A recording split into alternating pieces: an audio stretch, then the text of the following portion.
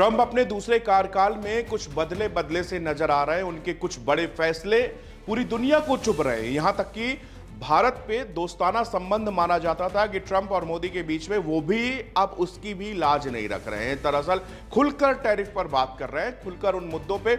उनका कहना है कि जो मेक अमेरिका ग्रेट अगेन का नारा है वो मैं सिद्ध करके रहूंगा, क्योंकि मेरे पास मुझे अपने अमेरिकियों का भरोसा है और वो मुझ पर एतबार करते हैं। उनकी मैं वादा खिलाफी नहीं कर सकता। और वो इसीलिए दोबारा सत्ता में लौटने के बाद राष्ट्रपति डोनाल्ड ट्रंप का आज यूएस के कांग्रेस यानी कि उनकी संसद पे ज्वाइंट सेशन को पहला भाषण भी उन्होंने दिया।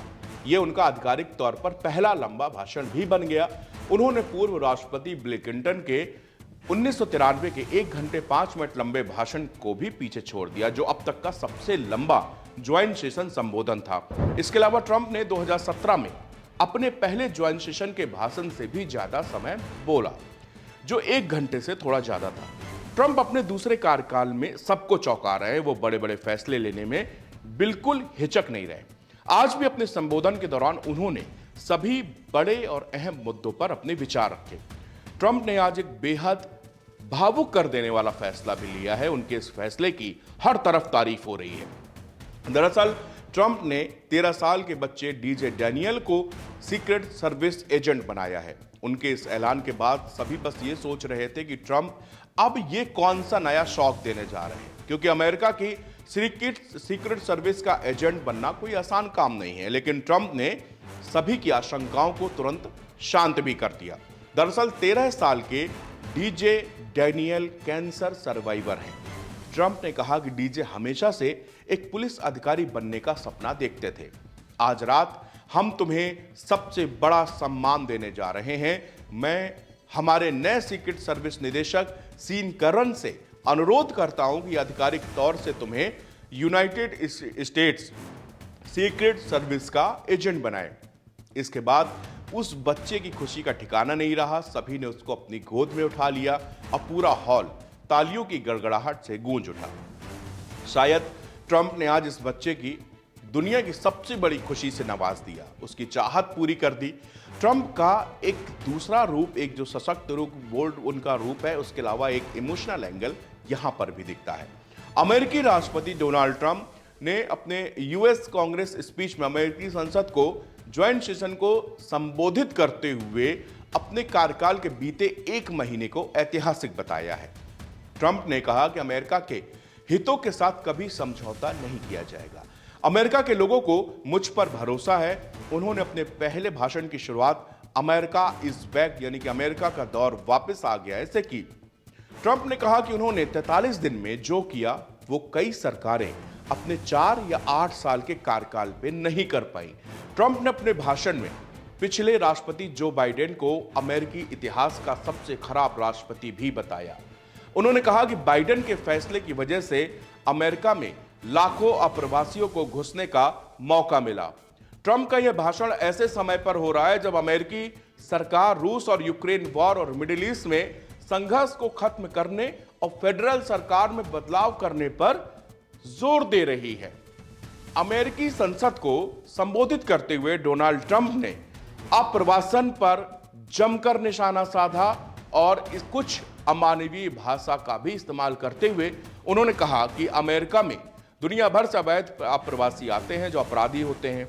अमेरिकी संसद में ऐलान किया कि वो दुनिया भर के अवैध अप्रवासियों को देश से बाहर निकाल कर ही दम लेंगे। उन्होंने पूर्व राष्ट्रपति जो बाइडेन की सीमा नीतियों की जमकर आलोचना की। उन्होंने अमेरिकी संसद में एक झूठा दावा भी किया कि दुनिया भर से हत्यारे, लुटेरे, मानव तस्कर गिरोह के सदस्य और अन्य अपराधी खुली सीमा से अमेरिका में दाखिल होते हैं, जबकि इसका कोई रिकॉर्ड नहीं दिया और यहां अपराध को बढ़ावा देते हैं। उन्होंने कहा कि लेकिन हम उन्हें बाहर निकाल रहे हैं और उन्हें तेजी से आगे भी बाहर निकालते रहेंगे। कांग्रेस के सामने डोनाल्ड ट्रंप ने टैरिफ पर भी अपनी मंशा साफ कर दी। डोनाल्ड ट्रंप ने दोहराया कि जो देश जितना टैरिफ लगाएगा अमेरिका भी उन पर उतना ही टैरिफ लगाएगा। पहले डोनाल्ड ट्रंप 1 अप्रैल से टैरिफ लगाने वाले थे, मगर अब उन्होंने नई तारीख का चुनाव किया है। उन्होंने साफ कर दिया कि 1 अप्रैल से अमेरिका टैरिफ नहीं लगाएगा। अब सवाल यह है कि आखिर 1 अप्रैल से अमेरिका टैरिफ क्यों नहीं लगाएगा। दरअसल डोनाल्ड ट्रंप ने अपने संबोधन में कहा कि 2 अप्रैल से जो देश जितना टैरिफ हम पर लगाएगा, हम उन पर उतना ही टैक्स लगाएंगे। उन्होंने कहा, मैं चाहता था कि 1 अप्रैल से ही टैरिफ लगाऊं, लेकिन 1 अप्रैल से नहीं करूंगा क्योंकि 1 अप्रैल फूल डे है। जी हां, 1 अप्रैल को पूरी दुनिया फूल डे मनाती है। कहीं दुनिया को यह ना लगे कि डोनाल्ड ट्रंप टैरिफ वाला फूल बना रहे हैं, इसलिए उन्होंने 1 अप्रैल के बदले 2 अप्रैल से टैरिफ लगाने का फैसला किया। उन्होंने अपने संबोधन में भारत, चीन, कनाडा और मेक्सिको का नाम तक का जिक्र किया। ट्रंप ने संसद को संबोधित करते हुए कहा कि मेरी सरकार पनामा नहर पर दोबारा कब्जा करेगी और हमने इस दिशा में काम करना शुरू कर दिया है। ट्रंप ने कहा कि हम ग्रीनलैंड के लोगों के अधिकार का सम्मान करते हैं कि उन्हें अपने भविष्य का सम्मान करने का पूरा हक है, लेकिन हम चाहते हैं कि ग्रीनलैंड हमारा हिस्सा बने। हम आपको समृद्ध बनाएंगे, इसीलिए हम आपसे हाथ मिलाना चाहते हैं और हमसे हाथ मिला लें ताकि हम किसी ना किसी तरीके से ऐसा कर लेंगे, लेकिन यकीन दिलाते हैं कि हम आपको सुरक्षित रखेंगे। संसद को संबोधित करते हुए ट्रंप ने कहा कि हम जल्द ही एक एग्जीक्यूटिव ऑर्डर पर साइन करेंगे, जिसके बाद पुलिस अधिकारी किसी की भी हत्या करने पर मौत की सजा का प्रावधान होगा। ट्रंप ने कहा कि टैरिफ की रकम से अमेरिका फिर से समृद्ध होगा, इससे अमेरिका दोबारा ग्रेट और अमीर बनेगा और इस काम को हमने करना शुरू कर दिया है। ट्रंप ने इस पूरे स्पीच में 1 घंटे से ऊपर की जो अब तक की सबसे बड़ी स्पीच थी, उन्होंने कुछ भी अप्रत्याशित नहीं किया। इसमें अगर एक बच्चे की जो उन्होंने अमेरिकी सीक्रेट सर्विस का एजेंट बनाया, इसके अलावा अगर आप देखें तो ये सभी वही बातें थी जो अब तक अपने राष्ट्रपति बनने के बाद लगातार ट्रंप बोल रहे थे और लगातार ऐसे आदेशों में हस्ताक्षर कर रहे थे। वो दुनिया भर की उनकी रूस और अमेरिका की साथ आने की जो पूरी गणित बैठी है, उसने पूरी दुनिया को ये समझ लीजिए कि एक ऐसे पायदान पर लाकर खड़ा कर दिया कि अब ये समझ में नहीं आ रहा कौन किसका दोस्त और कौन किसका दुश्मन।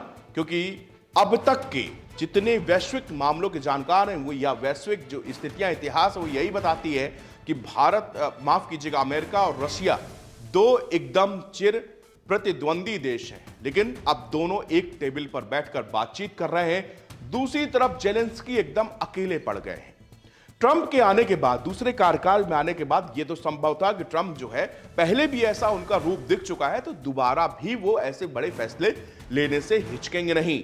लेकिन यूक्रेन के साथ में तो बिल्कुल कहानी पलट गई। दरअसल अब जेलेंस्की के सामने कोई विकल्प मौजूद बचा नहीं है। जेलेंस्की से सैन्य सहायता अमेरिका ने पूरी तरह से रोक दी है और खुद जेलेंस्की चाहते हैं कि ये इस बात को मानते हैं कि बिना अमेरिकी मदद से वो रूस के आगे कहीं टिक नहीं पाएंगे।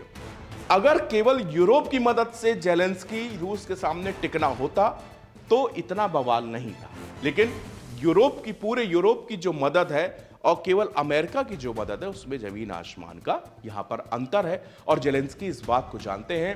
तभी से वो अब यूक्रेन के जो रेयर अर्थ मिनरल्स हैं, उस पर समझौता करने के लिए तैयार हो गए हैं। पिछले दिनों जो कुछ अमेरिका और की यात्रा के समय जेलेंस्की से तू मैं हुई थी, पूरी दुनिया ने वो तस्वीरें देखी थी कि किस तरह से जेलेंस्की और ट्रंप और जेडी वेंस जो कि उपराष्ट्रपति थे, वो किस तरह से बहसा बहसी कर रहे थे। जेलेंस्की को इस पर पछतावा हो रहा है, वो कह रहे हैं हमसे गलती हो गई और हम जिस तरह से जो बातचीत होनी चाहिए थी वो वहां पर नहीं हुई। लेकिन अब नए सिरे से जेलेंस्की अमेरिका को साधना चाहते हैं। वो अब अपने रेयर अर्थ मिनरल्स का समझौता करने के लिए भी तैयार है। यानी कि अब देखना यह होगा कि क्या अपने रेयर अर्थ मिनरल्स का समझौता करने के बाद क्या अमेरिका उनको सुरक्षा की गारंटी देगा या नहीं देगा। यह एक भविष्य के गर्भ में बड़ा सवाल है, जिसका जवाब जल्द जो है हमारे आपके सामने होगा। शुक्रिया।